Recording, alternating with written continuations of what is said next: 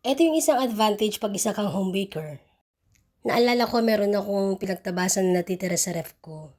At dahil maparaan tayo, ginawa natin isang masarap na mango gem cake.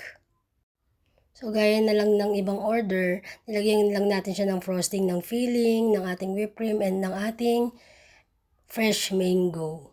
Manipis lang yung pinagtabasan ko. So, ang ginawa ko, hinati ko na lang siya sa gitna and then, yun na lang pinagsaklob ko. So, total kami lang din naman ang kakain. Okay na to. So, yan, ganyan lang siya kadali kay Jim Sweets. Nilagyan ko lang din ng topping. And then, after nyan, nilagay ko na din yung natitira kong mangga.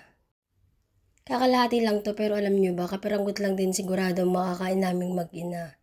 At pagkatapos kong ilagay ang ating mango topping, nilagay ko na din yung ating melted chocolate. Alam mo yun, yung simpleng ating pinagtabasan, naging isang masarap at special, hindi lang basta masarap, naging isang special na mango gem cake. At dahil crave na nga tayo dito sa ating mango gem cake, after nyan talagang kinain ko na, tinikman ko na. Kayo ba mga ka-gym, anong craving nyo sa mga oras na to? Or nag-crave na rin ba kayo sa mango gem cake? Nung pinanood nyo to? And tiga saan kayo? Comment nyo naman para malaman natin kung hanggang saan nakarating ang video na to.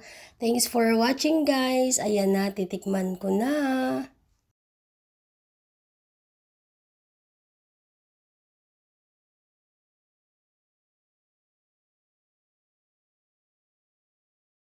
Ayan na, kita nyo, ang sarap no, alam mo yung crave na crave ka tapos sakto makakagawa ka pala nung craving mo.